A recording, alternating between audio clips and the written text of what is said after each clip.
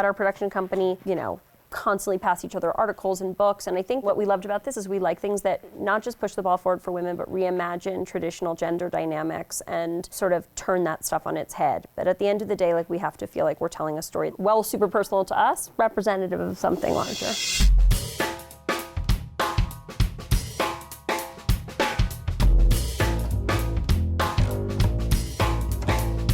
Jason, who's the director of the film, we first encountered Bindle and Keep and the work that they do through Jason, who has been the boom operator on our show Girls for 5 years and brought us a New York Times piece about Bindle and Keep and the work that they were doing making suits for transgender and gender nonconforming people. And he felt it would be the seed of a documentary, and we were thrilled and told him to get in touch, and he formed this incredible bond with Daniel and Ray, who have led the charge on this, and the documentary was born from that. As soon as you spent 5 minutes with any of these subjects, their gender wasn't important anymore. It was more about who they were as people and what was going on in their lives.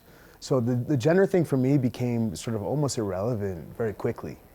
And it became more about who they were as people and as humans. Generally, the way it worked was, you know, their clients generally send them an email. And when a client sent them an email that sounded like it was sort of worthy for what we were trying to accomplish, they would forward it to me, and then I would make a sort of a lunch date with that person. And we'd talk about, you know, how they might participate.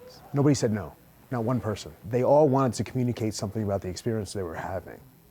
And they were happy to share it in the hopes that it was going to benefit someone else going through the same thing. One client, Derek, his story is a wedding story. And I don't know I can speak to how he felt when he was young about his wedding, but I think that he had a sort of a dream of marrying the woman of his dreams, and I think we sort of witnessed that in the film. It's a very traditional wedding.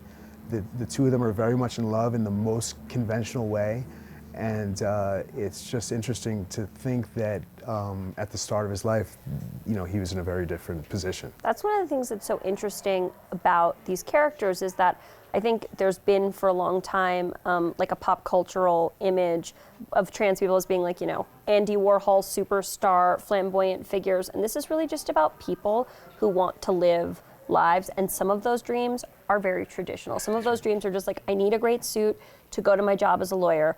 I need to look sharp because I'm marrying a beautiful woman in front of her family, and I want to feel like a man. All of the dreams are very straightforward and traditional dreams. It's people wanting to feel good in their clothes, which is something we can all relate to. Our main goal was to just push the ball forward for women, and that was something we wanted to do. But really, I mean, we just want to tell stories that interest us and that we would want to see, and that's what happened with Suited. Jason came to us with this idea, and we thought, yeah, this is like a great way into this story and a way to tell these personal stories that's kind of, I think, next level. My trips to your kiss, no sooner I picture you, you surround me. So touch me, let your